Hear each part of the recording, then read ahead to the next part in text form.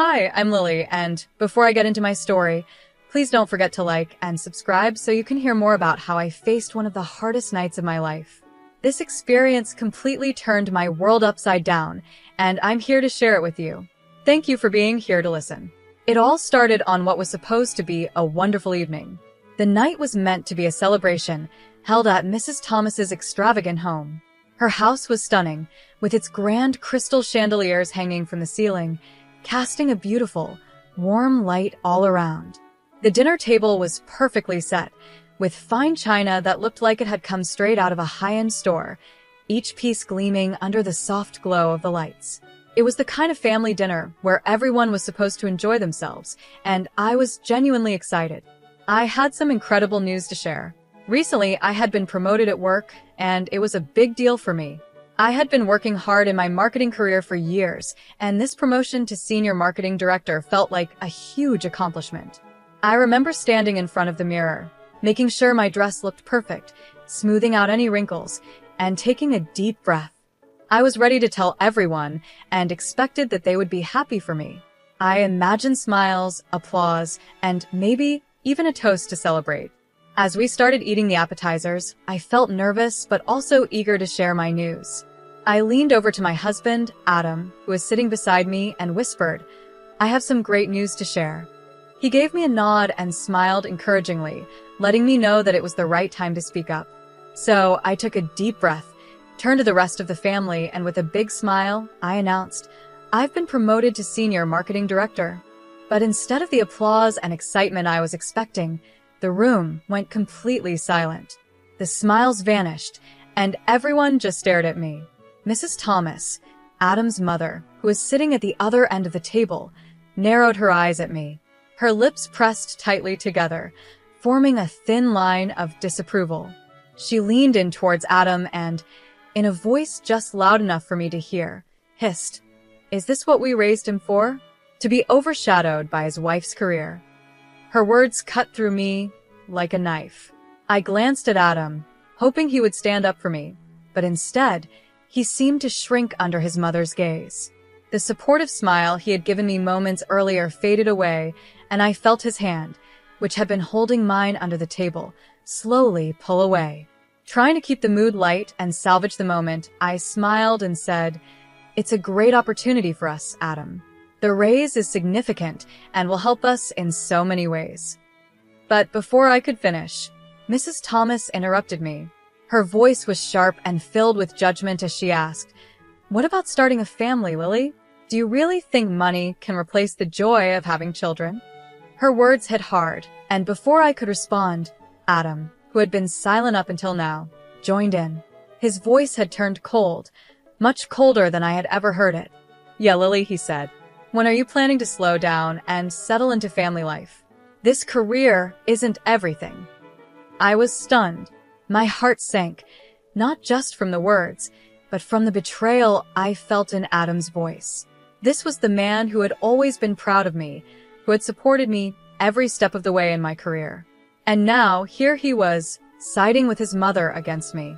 With my voice trembling, I replied, "I thought you were proud of me." By now, the main course had been served, but the joyous atmosphere from earlier was gone. The conversations around the table shifted to other topics, but the tension was still there, hanging in the air like a thick fog. The roast beef on our plates was simmering, but the tension between Adam, his mother, and me simmered even more. Adam's behavior became more and more hostile as the evening went on. Every glance, every word, was filled with disapproval, just like his mother's. It felt like they were teaming up against me, and I couldn't understand why. The people who should have been the most supportive were the ones making me feel small. Then, just as dessert was being served, something I will never forget happened. The waiter had just placed a beautiful piece of cake in front of me when Adam suddenly stood up from his seat. He grabbed his napkin and threw it onto the table with a loud thud. Everyone turned to look at him, shocked by the sudden outburst. "You should know your place, Lily," he said, his voice echoing through the dining room. "You're my wife, not my competitor." His words hung in the air, and I sat there in disbelief. The room, once filled with the warm glow of chandeliers, now felt cold and unwelcoming. I stood up, my heart racing, trying to steady my breathing. Being your wife doesn't mean I have to give up my dreams, Adam. I deserve respect, not this, I said firmly, my voice shaking slightly, but filled with determination. In that moment, something changed in Adam. Before I could react, he raised his hand, and in a sudden flash, one that would haunt my nightmares for years, he struck me across the face. The sharp sound of the slap echoed through the room, freezing everyone in place. The room fell into complete silence as I lifted a trembling hand to my cheek, feeling the sting of pain spreading across my face. All eyes at the table were fixed on me, wide with shock and disbelief, but no one moved or said a word. I didn't speak either. Instead, I turned slowly, pushing my chair back. The legs of the chair scraped loudly against the hardwood floor, a sound that felt like it cut through the silence. I began walking toward the foyer, my steps steady even though my mind was spinning. The sound of my heels hitting the marble floor was the only thing I could hear, like the steady beat of a drum marking my escape. I reached for my purse without glancing back, not even once. I didn't need to. I already knew that what was behind me, my marriage, my life with Adam, was over. As I stepped outside, the cool night air hit my skin, and I closed the door softly behind me. The quiet click of the door closing felt like the final punctuation on this chapter of my life. It was over. My marriage was over. In that moment, standing outside in the dark, cool night, I knew I had to leave. I had to find a place where my ambitions weren't seen as something to be ashamed of, where I could breathe freely and finally be myself again. For too long, I had lived in the shadow of someone else's expectations.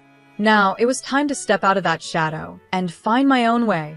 As I drove away, I watched the house grow smaller and smaller in the rearview mirror, a strange mix of fear and relief swirling inside me. I was truly alone for the first time in a long time. But there was something else too, something new, a spark of hope, a sense of freedom. It was small, but it was there, flickering inside me like a light that had just been lit. I knew this was the beginning of a new journey, and for the first time in a long time, I felt ready to face whatever lay ahead. The next morning, I woke up in my small apartment, sunlight streaming through the windows. It felt like the first day of a new life, like everything had changed overnight. The events of the previous night still felt fresh in my mind, and yet, at the same time, they seemed distant, almost like they had happened to someone else.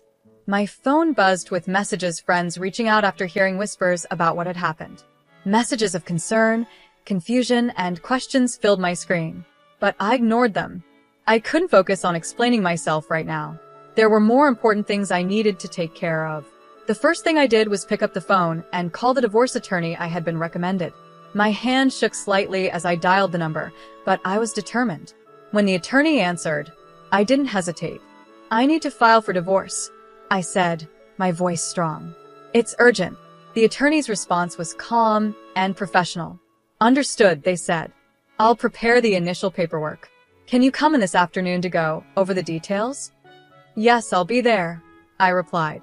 After hanging up the phone, I felt a small, victorious thrill. There was no turning back now. The decision had been made, and I was taking the steps I needed to move forward. At work, I tried to focus, though my mind kept wandering back to everything that had happened. My boss, Mr. Brandon, noticed my distraction and approached me with a concerned look. Everything all right, Lily? He asked gently. I'm dealing with some personal issues, but I'll manage. Thank you, I replied, trying to sound composed. If you need time off, just let me know, he offered. No, I'd rather keep busy. It helps, I said, giving him a small smile. He nodded in understanding. Well, let me know if you need anything. Thank you, I said, grateful for his kindness. As I returned to my work, I couldn't help but feel that despite the chaos in my personal life, I was taking control. The steps I was taking were difficult, but they were necessary. It was the start of something new, and while I didn't know exactly where this new path would take me, I was ready to find out. I threw myself into my work, finding comfort in the familiar tasks that helped keep my mind off everything going on in my personal life. The routine of my job was a welcome distraction, and my coworkers were incredibly supportive, which made it easier to breathe, even when the weight of my marriage falling apart felt overwhelming. Hey, Lily, I heard about last night. Are you okay? Mary, one of my closest friends at work, asked me, her voice filled with concern. It's been tough, Mary, I admitted, trying to keep my voice steady. But I'll get through it. Mary gave me a reassuring smile. You're stronger than you think. And if you ever need a place to crash or just hang out, my door is always open. Don't hesitate to reach out. Thanks, Mary, I said, feeling grateful for her kindness. I might take you up on that. How about drinks after work? My treat, she offered, flashing me a grin. I smiled back. That sounds perfect. Later that evening, over drinks, Mary and I talked about everything. I poured out my heart to her, sharing the details of my crumbling marriage and the emotional roller coaster I had been on. Despite all the turmoil and uncertainty, I found moments of relief in our conversation. Mary's presence and our laughter, even if just for a few hours, helped me feel like things would be okay. When I finally returned to my apartment, I checked my phone and saw several missed calls from Adam. My heart sank as I debated whether or not to call him back. After thinking it over, I decided not to. Instead, I sent him a text message that I knew I needed to send. I've filed for divorce. Please respect my space during this time. I typed and hit send. His reply came almost instantly.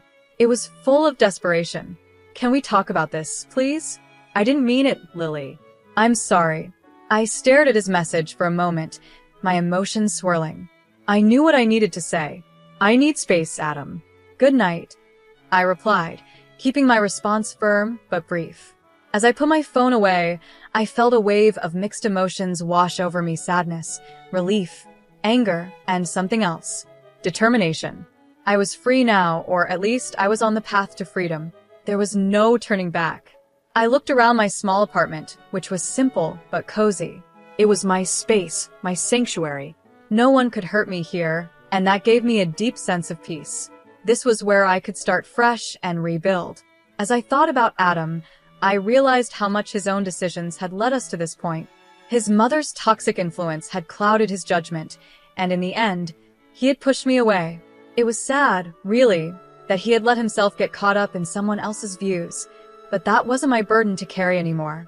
That night, as I lay in bed, I felt something new stirring inside me. I wasn't just surviving anymore. I was stepping into a new phase of life. A phase where I could finally start living again. Tomorrow, I would be stronger, and the day after, even more so. This was just the beginning, and I knew I was ready for whatever came next. In the days that followed, I focused on my career with renewed energy. I threw myself into my work, becoming more involved in larger, more impactful marketing campaigns. My hard work didn't go unnoticed, and soon, my network began to grow as I connected with influential people in the industry. I was invited to host webinars and lead workshops, showcasing my expertise and leadership skills. My career was taking off, and I felt proud of how far I had come. One busy Sunday morning, I was sitting at my desk, reviewing campaign proposals, when my phone buzzed with an incoming call. Glancing at the screen, I saw it was Amy, a well-known contact in the marketing world. Hey, Lily, she greeted me warmly when I answered. Hi, Amy. How's it going? I replied, surprised but pleased to hear from her. I've got a project I think you'd be perfect for, she said, excitement clear in her voice. Are you free to chat about it later this week? My heart skipped a beat. This was the kind of opportunity one had been working towards, and it felt like the next step in my journey to success. Absolutely, I said, trying to keep my voice calm despite the excitement bubbling inside me. I'd love to hear more. As I hung up the phone, I smiled to myself. I was moving forward, both personally and professionally. The life I was building for myself was full of possibilities, and for the first time in a long time, I felt truly excited for what the future held. There would still be challenges ahead, of course, but I was ready to face them. I was no longer the woman who had felt small and trapped in her marriage. I was stepping into a new chapter of my life, and I was determined to make the most of every opportunity that came my way. I heard through the grapevine about what you've been going through. I'm really sorry you had to deal with that, Amy said, her voice sympathetic but still professional. Thanks, Amy. It's been tough, but I'm managing, I replied, trying to stay composed. Listen, she continued. I've been thinking. There's an opening for a speaker at a conference next month. The topic is resilience and leadership, and I believe your experience, both personal and professional, would really resonate with the audience. What do you think? The offer caught me off guard. I hadn't expected something like this, but I knew it was an opportunity one couldn't pass up. Speaking about resilience in front of an audience felt fitting after everything I had been through. I'd be honored, Amy. Thank you so much for thinking of me, I said, feeling a sense of pride. As my career continued to grow, so did my reputation. But with that growth, I also began to hear whispers about Adam. His behavior had not gone unnoticed, and soon enough, people in the industry were talking about it. The same people who once respected him were now distancing themselves. At an industry meetup one day, I overheard bits of a conversation between two executives. "He's looking for work again," one of them said, shaking his head. After what he did to Lily, who would hire him? The words stung, but they also felt like confirmation that I wasn't the only one who saw the damage Adam had caused. While my career was thriving, Adam was struggling. The roles had completely reversed. He tried to reach out to me several times, sending messages and asking for help, but I ignored them until one afternoon when I received a text that made me pause. "Can we meet? I really need your help," Adam's message read. Against my better judgment, I agreed to a brief coffee meeting. I didn't know what to expect, but I wanted to hear what he had to say. When we met, Adam seemed like a shadow of his former self. His voice was low as he began. "Lily, I'm sorry. I was wrong. I've lost so much. I can't find work anywhere. It's like all the doors are closed to me." I listened, feeling a mix of emotions. Part of me felt sorry for him, but another part of me remembered everything that had happened. "I'm not in a position to rewrite the past, Adam," I said softly but firmly. "You made certain choices, and now you're facing the consequences of those choices." "I know, but you could help me. You could talk to people, tell them I've changed," he pleaded. I shook my head gently. "The professional community talks, Adam. People know what happened. This isn't just about me anymore. It's about the choices you made, and people see that." As I left the cafe, I felt a strange mixture of pity and resolve. Adam was learning a hard lesson, one about respect and the long-lasting consequences of his actions. It was a lesson he had brought upon himself, and there was nothing I could do to change that. Back at work, I threw myself into my projects with renewed energy. My experiences, as painful as they had been, were now a source of strength. I was determined to use them to help others. It was bittersweet, realizing that sometimes the hardest personal trials could lead to the greatest professional triumphs. With my divorce finally finalized, I felt a sense of relief wash over me. It was like I could finally exhale after holding my breath for so long. This new chapter of my life wasn't just about moving on, it was about taking everything I had learned and using it to fuel my future. At work, my role expanded. Beyond my usual responsibilities, I started a mentorship program for young women in marketing. I wanted to give back, to help others navigate the challenges I had faced, both in my career and in life. My own experiences of overcoming adversity drove me to create a space where these women could feel supported and empowered. One day, during a mentorship session, I met Lauren, a bright and ambitious intern who reminded me a lot of myself at her age. She was eager to learn and filled with potential. During one of our conversations, she looked up at me with curiosity, her notebook in hand, ready to take notes. "Lily, how do you handle criticism, especially from people who think you don't belong?" she asked earnestly. Her question made me pause. I thought back to all the moments when I had been doubted or questioned, both in my personal life and in my career. The answer wasn't easy, but it was something I had learned through experience. "You have to remember that criticism often says more about the person giving it than about you," I told her. "There will always be people who think you don't belong or who doubt your abilities. But it's up to you to prove them wrong by staying true to yourself and your goals. Don't let their opinions define you. You belong where you are, and the only person who needs to believe that is you." Lauren nodded, a thoughtful look crossing her face. "Thank you, Lily. That really helps." I smiled, feeling proud not only of the progress I had made in my own life, but also of the impact I could have on others. This was the new chapter one had worked so hard to create, and I was ready for whatever came next. I smiled at Lauren, encouraging her. You listen, you learn, and then you let your work speak for itself. Never let someone else's doubts become your reality. Instead, use those doubts as fuel to work even harder. Lauren nodded, quickly scribbling down notes. But what if it gets really tough? She asked, looking up at me. Then you reach out, I said. Lean on your network, find mentors, and never be afraid to ask for help. We're stronger together.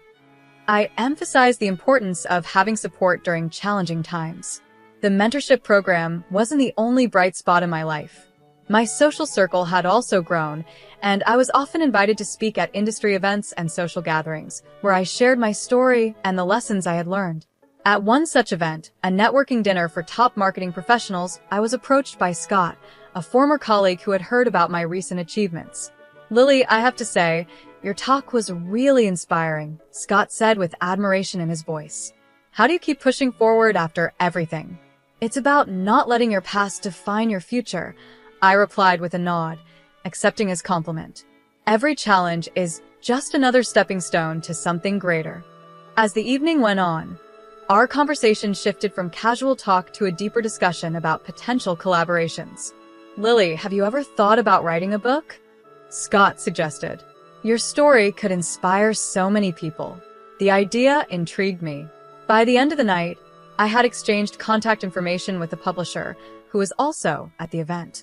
It seemed like every social interaction was opening new doors for me, a clear sign of how far I had come. I couldn't help but feel proud of the progress I had made, both personally and professionally. As I continued to grow in my career, my confidence soared. I was leading workshops, running marketing campaigns, and becoming a voice for resilience and empowerment in the marketing world. Each speaking engagement and workshop wasn't just about sharing my knowledge, it was about healing myself. I was turning my past pain into lessons for others to learn from. After a long day filled with back-to-back events, I lay in bed one night, reflecting on just how much my life had transformed. I was no longer the woman sitting silently at that dinner table, suffering in silence. I had become a leader, a mentor, and a survivor. I had taken the difficult moments of my life and turned them into something meaningful. This wasn't just a new beginning for me. It was a vibrant continuation of a journey that I was proud to call my own. Months went by, and the memories of my past with Adam had faded into the background, overshadowed by the busy and fulfilling life I was living. I was focused on my future, and the echoes of that time were barely a whisper. But one afternoon, during a coffee meetup with Isabella, a mutual friend, those old echoes came back to life. Lily, Isabella began cautiously, Adam's been asking about you. He's really struggling, says he regrets everything. I sipped my coffee, letting her words sink in. People often regret things when they start to feel the consequences of their actions. I replied calmly. He wants to talk to you, maybe apologize. He seems sincere. Isabella continued, looking at me with a mix of hope and concern. I thought about it for a moment, but then shook my head. Isabella, I appreciate you telling me, but that part of my life is over. I've moved on, I said firmly. There was no room in my life for looking back. My focus was on the future, on the new opportunities and relationships I had built. Isabella nodded, understanding the finality in my words. We quickly changed the subject, leaving the past where it belonged behind me. Despite Adam's attempts to reach out through messages and calls, I had no desire to revisit that chapter of my life. The truth was, I had already come so far. My life now is full of promise, and I was surrounded by people who supported me and valued my growth. I wasn't the person who had once been trapped in a relationship that stifled me. I had become someone who embraced challenges, who thrived in the face of adversity, and who was determined to keep moving forward. Looking back, I realized that every struggle I had faced had shaped me into the person I was today. And as I stood at the forefront of my career, leading with confidence and empowering others, I knew that I was exactly where I was meant to be. The future was mine to shape, and I was ready to face whatever came next with no regrets. I stayed firm in my decision to keep my distance. Each time Adam tried to reach out, I remained silent. It wasn't out of anger, but because I needed to protect my own well-being. Through my journey, I learned how important it was to set boundaries and respect myself.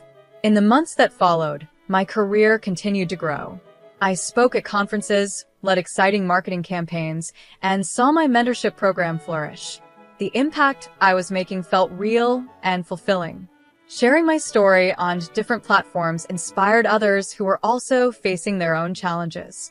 One evening, as I reflected on the past year, I realized how much I had changed. I hadn't just survived, I had thrived.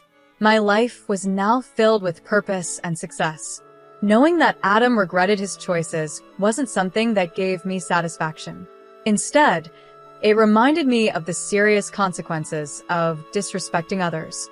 As I closed my journal, which was filled with plans and reflections, I felt a deep sense of peace. My experience with Adam had pushed me onto a path of empowerment and achievement.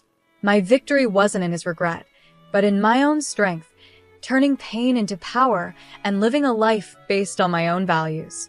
As we end this story, I'd love to hear from you. Do you think Lily was right in cutting Adam out of her life? Share your thoughts in the comments, and if you enjoyed this story, don't forget to like and subscribe for more.